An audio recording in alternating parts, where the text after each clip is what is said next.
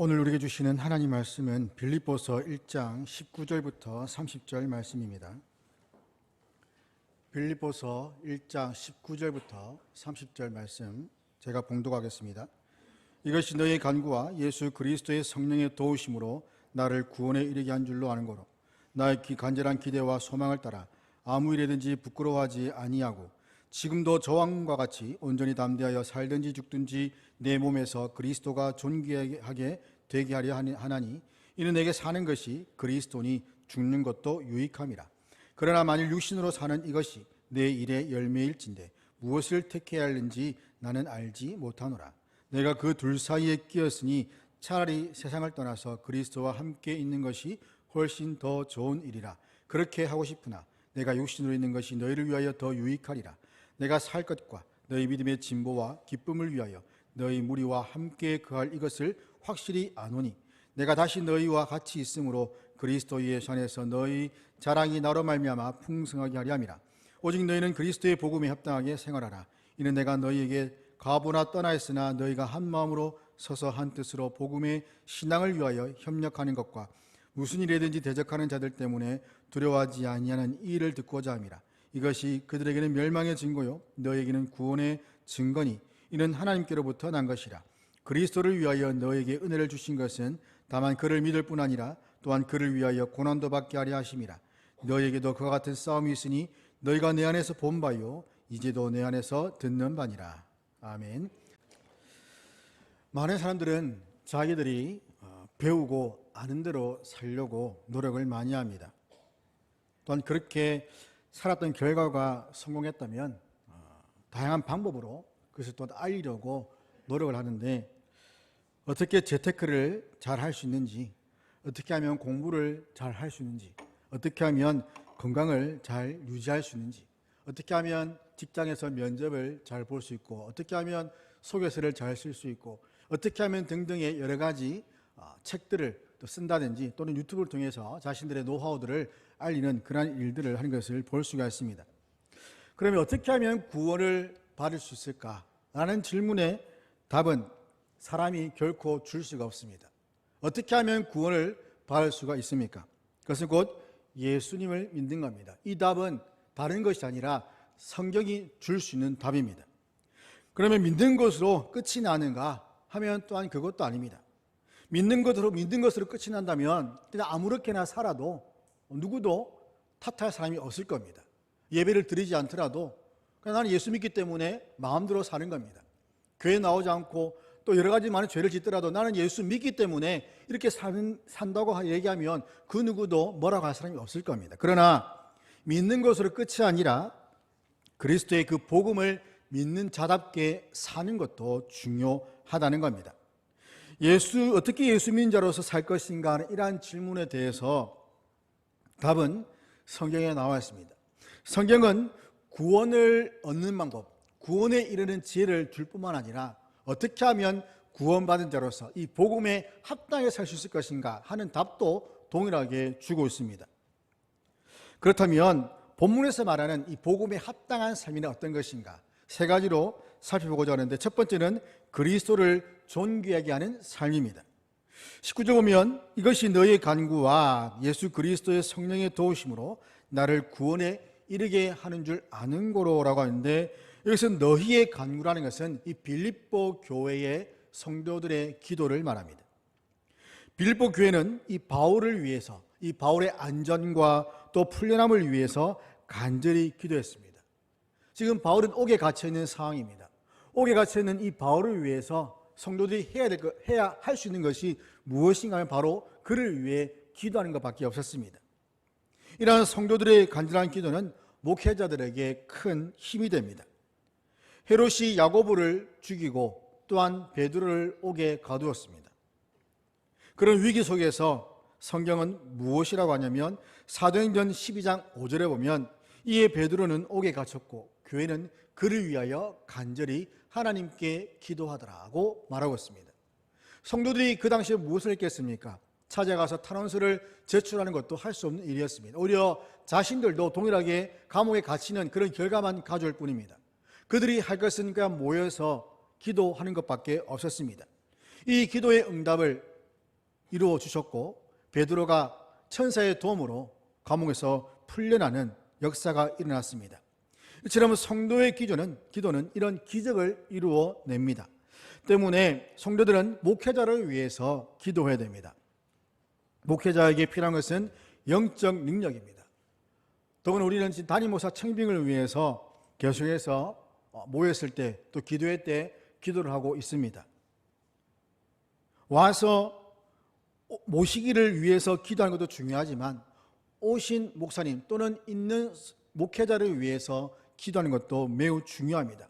성령 충만하여서 하나님의 교회인 이 몸을 말씀대로 주의 뜻대로 섬기고 성장시키기 위해서 바로 이런 성도들의 기도가 바탕이 되어야 됩니다. 또 담임 목회자 없는 상황에서 우리 다른 교육자들, 저를 비롯해서 또 다른 목사님과 또 전사님들과 우리 강사님을 위해서 지속적으로 기도해 주시기를 바랍니다. 이 기도의 힘을 통해서 더욱더 교회를 위해서 수고하고 헌신하고 힘쓰고 때로는 육신이 지칠 때에 기도의 그 소리를 듣고 또 힘을 얻고 더욱더 교회를 위해서 헌신할 수 있는 그런 기도의 목회자들이 될 수가 있을 겁니다. 이렇게 성도들이 간절히 기도하는 중에 이 바울의 기대와 소망은 20절에 보면 아무 일이든지 부끄러워하지 않고 지금도 전과 같이 온전히 담대하여 살든지 죽든지 내 몸에서 그리스도가 존귀하게 되는 것이라고 말하고 있습니다. 바울은 빌보 교회의 간구와 이 성도의 성령의 도우심으로 그리스도가 존귀하게 되기를 바라고 있다는 사실입니다. 바울은 아무 일이든지 부끄러움을 당하지 않기를 또한 바라고 있는데 무엇이 부끄러운 일인가를 보면 복음을 담대하게 전하지 못하는 것이 부끄러운 일입니다. 또한 직장에서 사회에서 불이익을 당할 것을 두려워해서 그리스도님을 감추고 사는 것이 부끄러운 일입니다. 복음을 전하지 못하고 그리스도님을 드러내지 못하는 것만큼 우리에게 있어서 예수 믿는 자들에게 있어서 부끄러운 일은 없을 겁니다.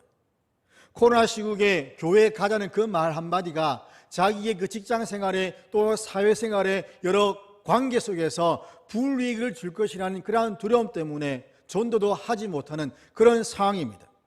그래 이것을 우리는 상황 속에 비춰봐서 어쩔 수 없다는 그런 핑계를 통해서 합리화시켜 버립니다.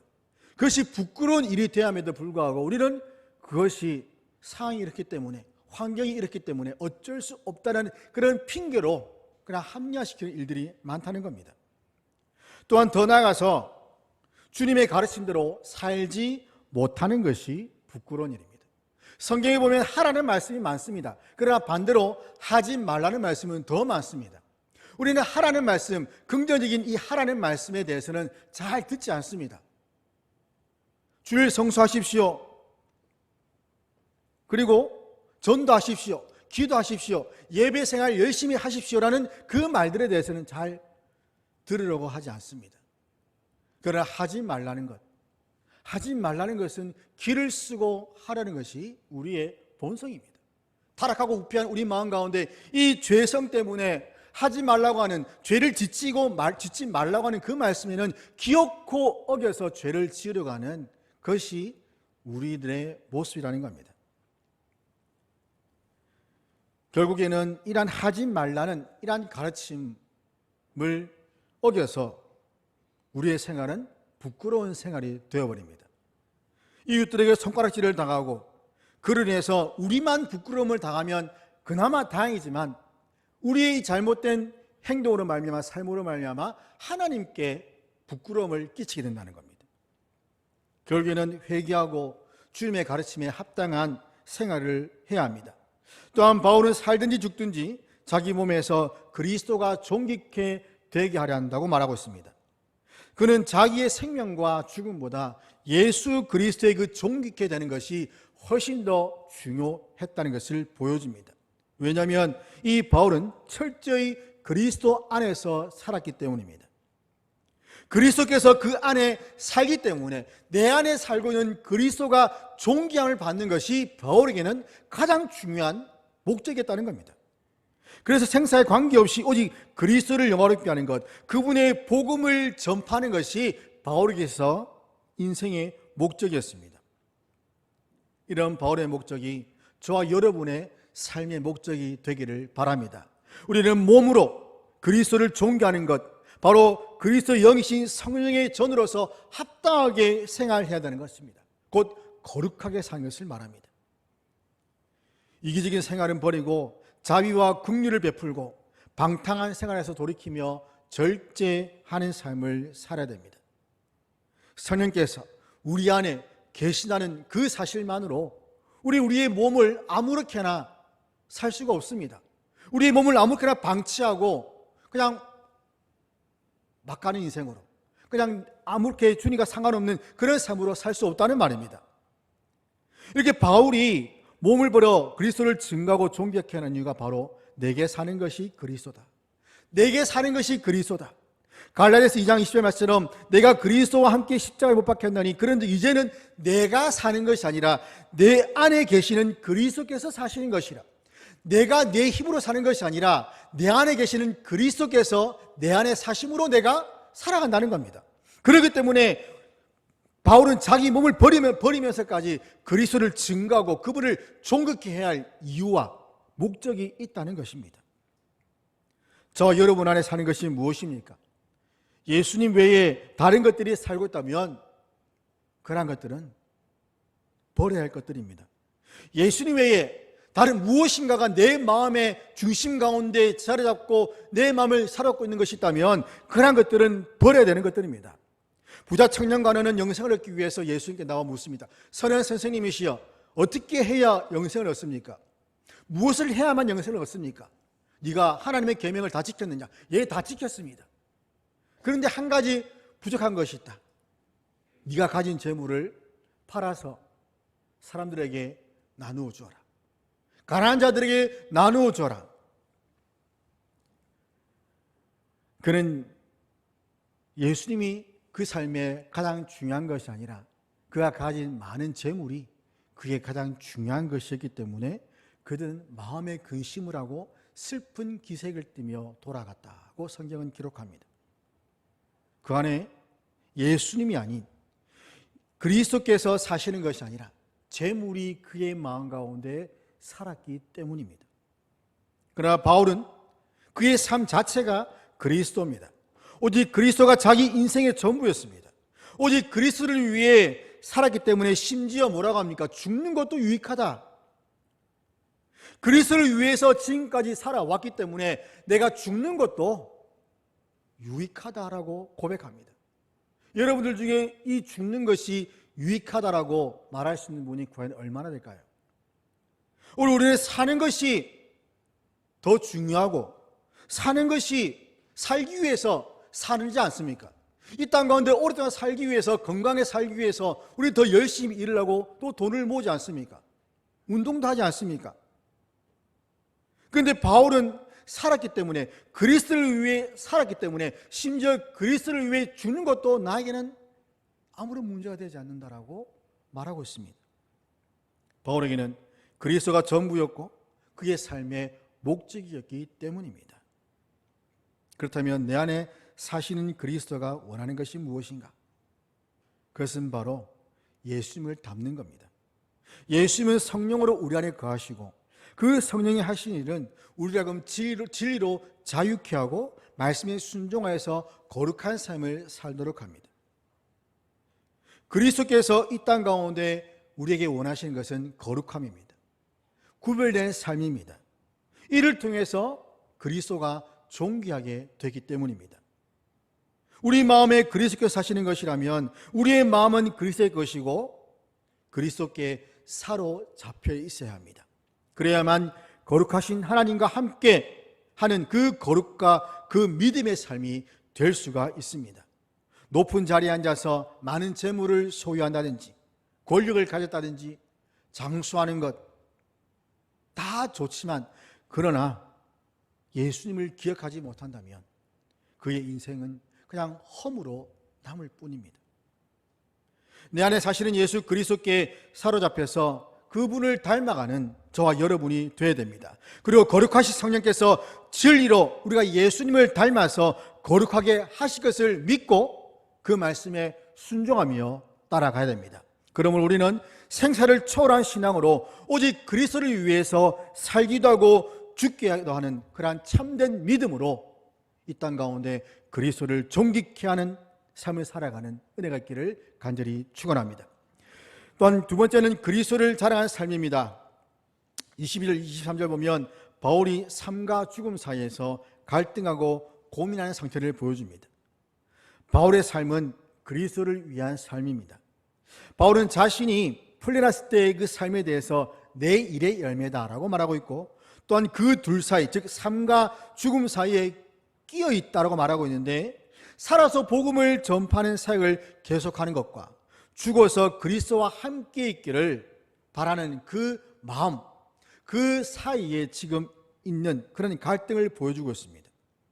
여러분은 사는 것과 주는 것 그 사이에 대한 갈등을 가지고 있습니까? 이 땅 가운데 계속해서 주의 말씀을 선포하며 전파하며 살아야 되는 그러한 삶과, 또한 마음 한켠으로는 내가 죽어서 예수님과 함께 있으면 좋겠다는 그런 마음, 그런 갈등이 있냐는 말입니다. 우리 세상에 사는 동안에 고민할 것이 많습니다. 물질과 건강, 직장, 자녀, 이러한 여러 가지 많은 이 땅 가운데 삶, 끝없는 고민과 갈등 속에 살아가는데, 그러한 삶과 죽음 사이에 고민하고 갈등한 일들은 거의 없다는 것이죠.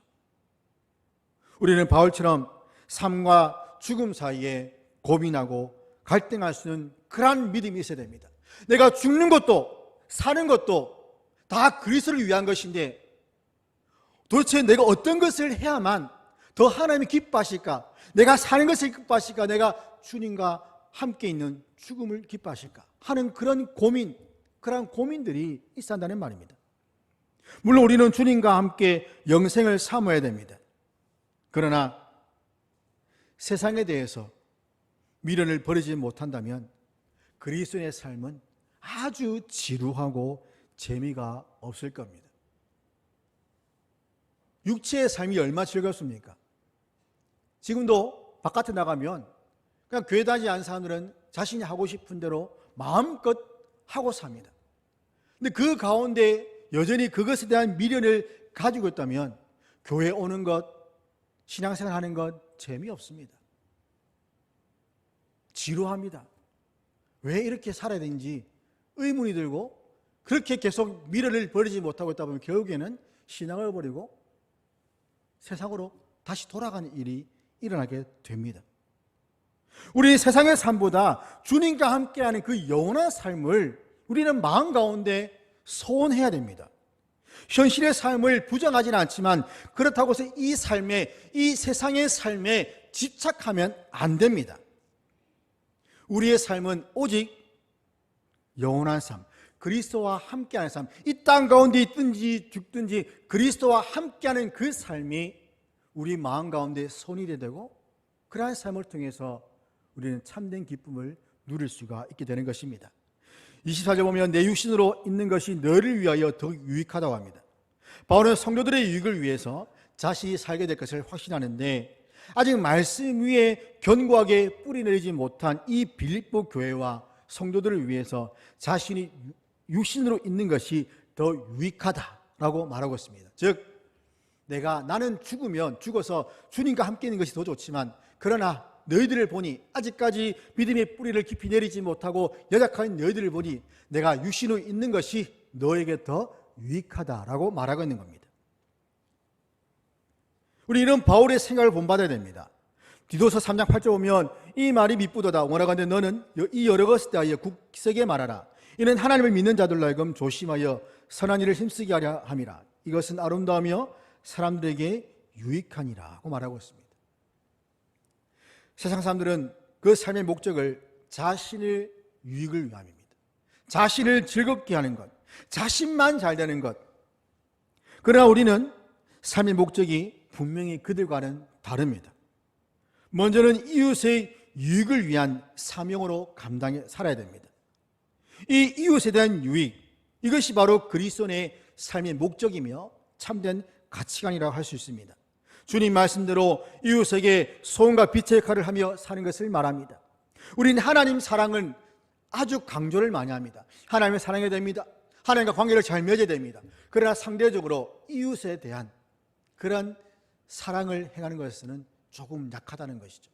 하나님께는 아주 우리가 적극적으로 그 신앙의 모습을 보이지만, 그러나 우리 옆에 있는 이웃들에게는 그 사랑을 베푸는 것에 대해서 조금은 등한시하는 경우가 많다는 겁니다. 이웃에 대해서 봉사하고 구제하고 생활하는 것, 이러한 것으로부터 우리는 기쁨을 얻을 수가 있습니다. 그래서 우리는 우리 자신의 즐거움이 아니라 이웃의 유익, 이웃의 즐거움을 먼저 추구해야 됩니다. 고린도전서 10장 24절을 보면 누구든지 자기 유익을 구하지 말고 남의 유익을 구하라. 로마서 15장 2절에는 우리 각 사람이 이웃을 기쁘게 하되 선을 이루고 덕을 세우도록 할지니라. 이처럼 참된 믿음을 가진 성도들은 교회의 유익을 주는 그러한 생활, 다른 이웃들의 유익을 먼저 구하는 삶을 살게 됩니다. 그 다음으로는 그리스도를 자랑스럽게 만드는 성도가 되어야 되는데, 시편 44편 8절 보면 우리가 종일 하나님을 자랑하였나이다. 우리는 하나님의 이름에 영원히 감사하리다 라고 합니다. 교회의 기쁨과 자랑거리, 그것은 바로 하나님을 자랑하는 겁니다. 하나님을 자랑하는 성도가 바로 교회의 기쁨과 자랑거리가 됩니다. 우리도 교회의 기쁨과 자랑거리가 되어야 됩니다. 그러기 위해서 먼저는 그리스도의 고난에 동참하는 성도가 되어야 됩니다. 골로새서 1장 24절 보면 나는 이제 너희를 위하여 받는 괴로움을 기뻐하고 그리스도의 남은 고난을 그의 몸된 교회를 위하여 내 육체에 세우노라고 말하고 있습니다. 그리스도의 고난에 참여하는 우리가 주님의 교회의 기쁨이 되고 자랑이 되는 겁니다. 이 땅에는 참 많은 교회와 성도들이 있습니다. 이 많은 교인들 중에 정작 교회의 기쁨과 자랑이 되는 성도들은 드뭅니다. 서로가 교회의 기쁨이 되고 자랑이 되려 가지면 막상 살다 보면 도리어 교회를 어지럽히고 교회를 힘들게 하는 교회의 짐이 되는 성도들이 되는 것을 보게 됩니다. 교회의 기쁨과 자랑이 되지 못하는 성도, 그것은 결코 우리가 추구해야 할 삶의 모습이 아닙니다. 우리는 오직 그리스도의 기쁨이 되고 교회의 기쁨이 되고 그리스도의 자랑이 되고 교회의 자랑이 되어야 됩니다. 그리고 자신의 자랑거리를 숨기는 성도가 되어야 됩니다. 고린도전서 13장 4절 보면 사랑은 자랑하지 아니한다라고 말하고 있습니다. 우리 자랑할 거리가 얼마나 많습니까? 자신의 가진 것들, 자신의 보여줘야 될 것들, 새로운 것들을 얻게 되면 그것을 자랑하려고 어떻게든 그것을 다른 사람들이 알게 하려고 부단히 노력을 많이 합니다. 그런데 진정한 사랑은 자랑하지 않는 겁니다. 자랑하지 않더라도 사람들 다 알고 있습니다. 굳이 드러내지 않더라도 사람들은 다 알고 있습니다. 그것을 말로 표현하지 않을 뿐 알고 있다는 말입니다. 그래서 우리가 아무리 교회를 위해서 큰 일을 했다 할지라도 그것을 겸손하게 숨겨야지, 그것을 당당하게 드러내고 자랑하게 되면 그 자랑이 자기에게는 영광이 될지 모르지만 그러나 다른 사람들에게는 그것이 상처가 되고 시험거리가 될 수가 있다는 것이죠. 자신의 자랑을 겸손하게 숨길 때에 교회는 평화가 있고 또한 그것이 진정한 교회의 기쁨과 자랑이 될 수 있다는 말입니다. 이렇게 교회에 유익을 주고 그리스도를 자랑스럽게 하고 자신을 감추는 삶은 바로 믿음의 진보가 있다는 증거입니다. 믿음의 진보는 믿음이 자란다는 겁니다. 믿음이 앞으로 나간다는 겁니다. 성장한다는 겁니다. 성숙한다는 겁니다. 우리의 믿음이 성숙하지 않는 믿음이 아니라 성숙한 믿음, 그리스도의 장성한 분량까지 자라는 믿음이 되어야 됩니다. 자라면서 순수하지 못한 믿음이 되어서는 안 됩니다. 성장과 성숙이 있지만 그러나 우리의 믿음은 순수한 믿음, 어린 아이와 같은 믿음이 되어야 되지만 그러나 거기는 반드시 성장과 성숙이 함께 있어야 한다는 겁니다. 그래서 26절에서 바울은 자신이 빌보 교인들과 함께 있어서 그리스도 예수 안에서 그들의 자랑이 바울로 하여금 풍성하게 하기 위함이다 라고 합니다. 이미 바울은 성도들에게 자랑이 될 만한 인물이었습니다. 유명한 사도가 세운 교회, 그 유명한 사도가 몇 년간 목회했던 교회, 그것만으로도 충분한 자랑거리가 됩니다. 그런데 바울이 감옥에서 나와서 이 빌립보 교인들과 다시 교제한다면 그들의 자랑을 더욱더 풍성하게 할 것이라고 말하고 있는 것이죠. 우리는 오직 어떤 상황 속에서도 그리스도만을 존귀하게 하는 사명을 가져야 됩니다. 나의 유익, 나의 행복, 물론 이것도 중요하지만 더 중요한 것은 예수 그리스도를 존귀하게 하겠다라는 그 마음이 저와 여러분 안에 있어야 한다는 겁니다.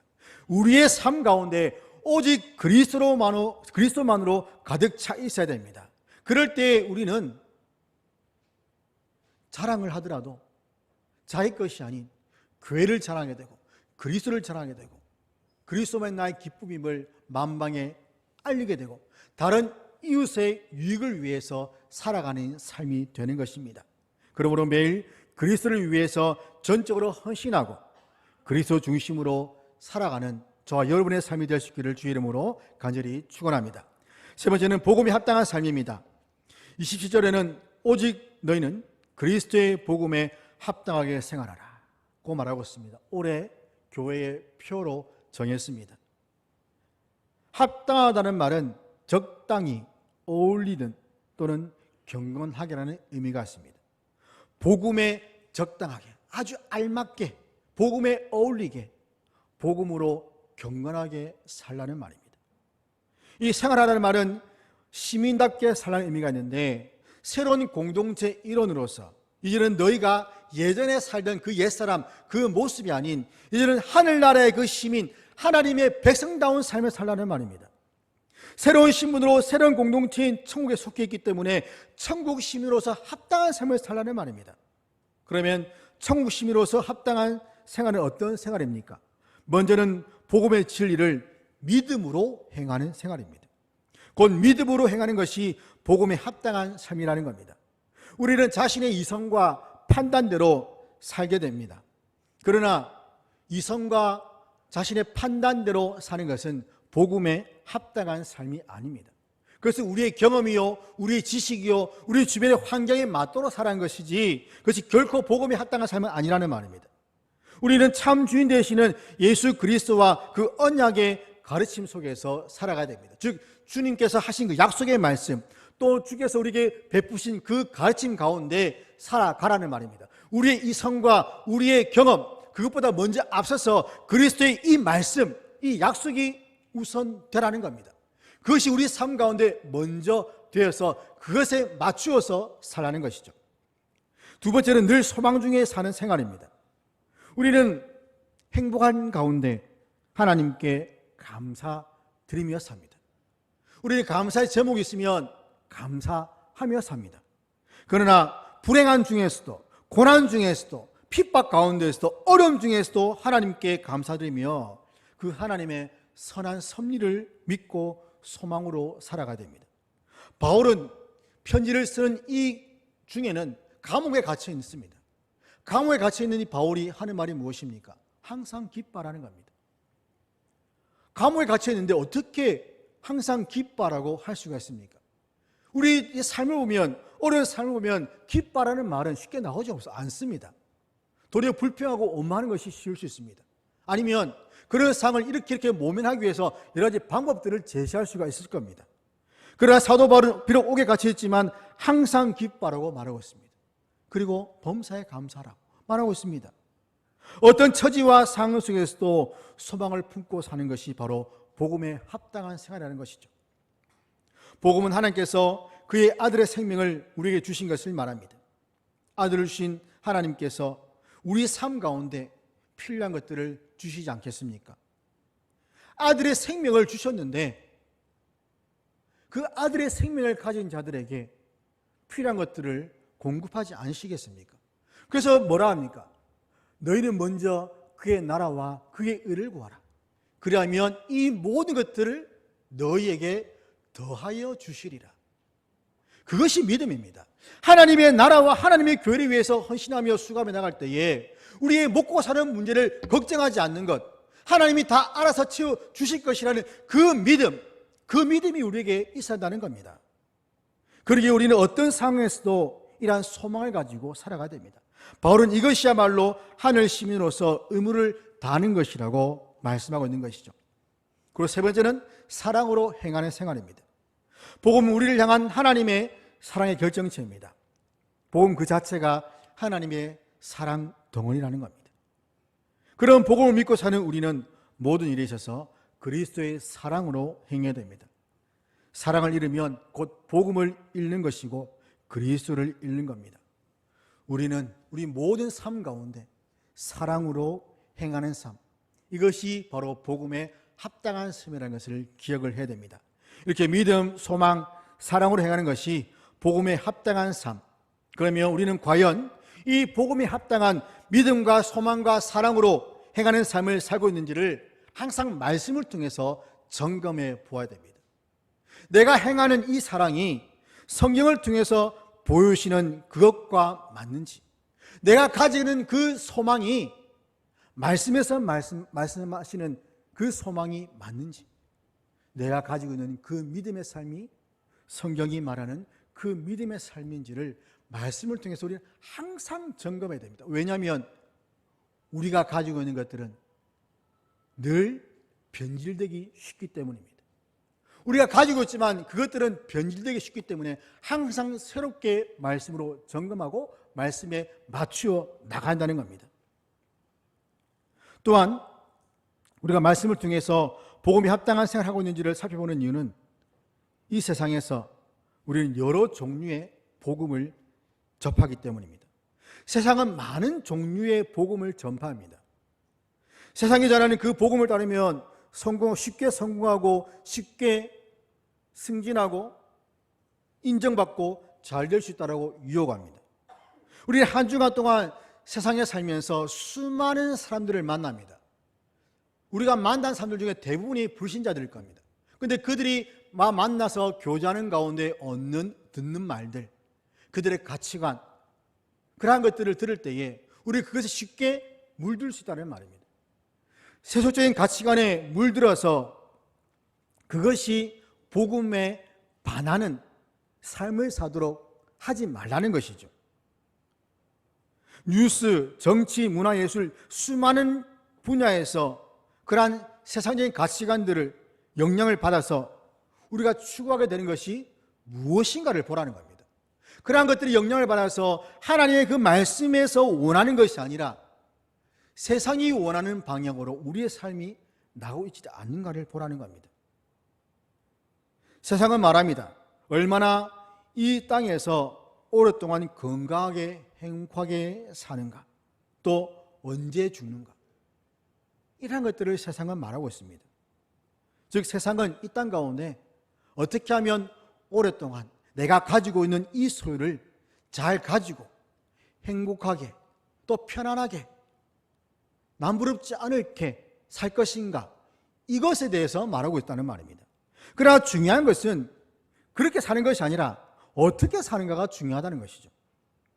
한 사람의 성도로서, 한 사람의 그리스도로서 이 땅에서 어떻게 살고 어떻게 죽는가가 더 중요하다는 말입니다. 세상 사람들은 오래 살기 위해서 온갖 노력하지만 그러나 바르게 살려고 노력하지 않습니다.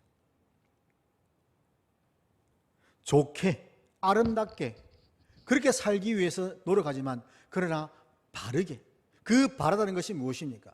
좋고 아름다운 것도 되지 못하는, 추하게 될 수도 있는, 그러나 바른 것, 고든 것, 그것이 더 중요한 것임에도 불구하고 그렇게 사는 것에는 사람들이 관심이 없다는 겁니다. 하나님의 말씀에, 하나님 말씀에 의지해서 우리가 바르게 살아임에도 불구하고 그 바르게 사는 것에는 관심이 없다는 겁니다. 그냥 잘 먹고 잘 사는 것, 건강해 사는 것, 이러한 것들에 관심이 있다는 것이죠. 그러나 오래 살고 짧게 살고 하는 것은 우리의 소관이 아니라 하나님의 손에 달린 겁니다. 하나님의 생명의 주관자입니다. 하나님께 모든 것이 다 있습니다. 그렇게 우리는 그냥 우리에게 주신 그 말씀대로 단순하게 복음에 합당하게 살면 되는 것입니다. 그럼 우리의 삶의 삶 자체가 복음의 증거가 되는 것인가? 실제로 이 복음의 가르침이 드러나는 삶을 살고 있는가? 우리가 복음에 사로잡히지 않으면 복음은 증거될 수가 없습니다. 내가 가진 것이 없는데, 내가 복음을 가지고 있지 않은데 어떻게 복음을 증거할 수 있습니까? 어떻게 복음의 증인이 될 수 있습니까? 우리는 복음에 합당하게 살 때에 복음의 증인이 되고 우리의 믿음을 지킬 수 있습니다. 복음의 능력이 살아서 움직입니다. 복음의 확신 때문에, 그 믿음의 확신 때문에 심지어 죽음도 두려워하지 않게 되는 것입니다. 우리는 하나님의 권능을 알아야 됩니다. 마태복음 10장 28절 보면 몸은 죽여도 영혼은 능히 죽이지 못하는 자들을 두려워하지 말고 오직 몸과 영혼을 능히 지옥에 멸하실 수 있는 이를 두려워하라. 우리가 두려워해야 할 분은 오직 하나님 한 분밖에 없습니다. 그래서 우리는 하나님을 항상 의지하고 경외하고 그분의 하시는 말씀에 순종해야 됩니다. 29절 보면 그리스도를 위하여 너에게 은혜를 주신 것은 다만 그를 믿을 뿐만 아니라 또한 그를 위하여 고난도 받게 하려 하심이라. 바울은 빌립보 교인들에게 하나님께서 두 가지를 주셨다는데 바로 그리스도를 믿는 은혜와 고난을 받는 것을 말합니다. 믿음은 하나님의 은혜로 하나님 정하신 사람들에게 주신 선물입니다. 믿음은 우리 스스로 만들어낼 수 없습니다. 믿음은 저절로 생기는 것이 아니라 그리스도의 말씀을 듣는 자들에게 주시는 하나님의 선물입니다. 이렇게 은혜를 주셔서 예수 그리스도를 믿게 된 것을 우리는 감사해야 되고 또한 고난 받는 것도 감사해야 합니다. 그리스도를 위한 고난은 아무나 받는 것이 결코 아닙니다. 오직 하나님께 고난에 합당한 자로 여김을 받아야만 고난을 받을 수 있습니다. 내가 고난 받아야지, 내가 순교해야지, 내가 핍박받아야지 해서 받는 것이 아니라는 말입니다. 사도들은 어땠습니까? 예수님의 이름을 위하여 능력받는 일에 합당한 자로 여기심을 기뻐했다. 내가 고난받는 자로 택함받은 것을 기뻐했다는 말입니다. 누군가 불러서 너 이름 부르면서 호칭을 하면서 너희들은 십자가에 못 박혀 죽어야 돼 라고 한다면 그런 부르심에 과연 누가 기뻐할 수 있겠습니까? 상 받는 자리에는 누구나 가려고 하지만 그러나 십자가를 지고 그 죽어야 되는 그 자리에는 누구나 가기를 꺼려하고 두려워한다는 것이죠. 그러나 진정한 믿음 있는 자들은 이러한 고난도 기꺼이 받는 일에 기뻐할 수 있다는 말입니다. 예수를 믿는 이유로 고난받는 것, 이것은 우리에게 원망과 불평이 아닌 기쁜 일이 되어야 됩니다. 우리는 하나님으로부터 선물을 받았습니다. 바로 영생입니다. 예수 그리스도를 믿음으로 영생을 받았습니다. 이 영생을 가진 자들로서 이 땅 가운데 사는 동안 모든 환난과 고통을 견디며 그 가운데서 기쁨과 감사의 삶을 살아가야 됩니다. 이런 삶이 우리를 구원하신 그리스도를 위한 삶이기에 고난 또한 우리 삶 가운데 필수라는 것을 기억해야 됩니다. 더 나아가서 우리는 고난 가운데 투정해야 됩니다. 이 고난으로 말미암아 내가 넘어지지 않도록, 내가 죄 가운데 넘어지지 않도록 우리는 고난 가운데서 스스로와 싸워 나가야 됩니다. 그래서 믿음 있는 자들은 이 고난이 반드시 오게 되고 이 믿음으로 사는 자들은 고난 가운데 자신 안에 있는 옛사람과 계속해서 싸워 나가면서 이겨 나가야 됩니다. 우리에게 있어서 이 싸움은 선택이 아닌 필수입니다. 우리는 날마다 싸워야 됩니다. 지속적으로 싸워 나가야 됩니다. 이 싸움은 그 결과는 승리입니다. 왜냐하면 그리스도께서 이미 승리하셨기 때문에 우리는 그 승리하신 예수님을 따라가기 때문에 그 싸움은 승리할 수밖에 없는 싸움입니다. 우리는 예수님 뒤를 따라가면서 그 전리품을 주워 담는 일만 하면 됩니다. 그러기에 우리는 그리스도의 군사로서 이 싸움을 결코 지치지 말고 피곤해하지 말고 지속적으로 싸워 나가야 됩니다. 바울이 이런 싸움을 싸웠고 교회 역사 가운데 수많은 믿음의 선배들이 이러한 싸움을 싸웠습니다. 또한 우리 역시도 이 싸움에 동참하고 이러한 싸움을 해 나가야 됩니다. 바울은 이 세상을 떠나기 전에 내가 선한 싸움을 싸우고 나를 달려갈 길을 마치고 믿음을 지켰다라고 말하고 있습니다. 우리는 이러한 선한 싸움, 우리의 달려갈 길을 마칠 때에 우리의 믿음을 지킬 수 있는 그런 은혜가 있어야 될 것입니다. 오늘날 우리는 예수 그리스도의 복음, 성령의 검을 들고 의의 선한 싸움을 계속 싸워야 됩니다. 신앙의 견고하게 서서 그리스도의 복음에 합당하게 생활해야 됩니다. 그러므로 복음에 합당한 삶으로 마지막까지, 주님 부르시는 마지막까지 믿음의 선한 싸움을 싸우고 그 믿음을 지킴으로 말미암아 마지막에 칭찬받고 주님 앞에서 정말 선한 일꾼이었다는 그런 놀라운 칭찬받고 또한 그런 은혜를 이 땅 가운데 누리며 살아가는 저 여러분 될 수 있기를 주의 이름으로 축원합니다. 기도하겠습니다. 하나님 감사합니다. 정말 저희를 사랑하시는 하나님의 은혜, 그 은혜 또한 감사하며 이 땅 가운데 저에게 주신 이 복음에 따라서 살아가는 저희들의 삶이 되기를 간절히 소원합니다. 이 소원이 올 한 해 동안 저희 평생 동안 소원이 되게 하시고 복음에 합당한 삶을 통하여서 그리스도가 존귀케 되게 하시며 또한 많은 이웃들에게 유익을 주는 삶이 되게 하시고 또한 하나님의 교회와 또한 하나님의 나라를 위해서 어떤 상황 속에서도 믿음으로 이겨나갈 수 있는 믿음의 선한 싸움을 싸울 수 있는 저희들 삶이 될 수 있도록 주님 도와주시옵소서. 그래서 마지막 때에 주 앞에 섰을 때에 잘했다 칭찬받는 모든 주님의 성도들 될 수 있도록 주님 은혜 베풀어 주시옵소서. 우리 주 예수 그리스도 이름으로 기도드립니다. 아멘.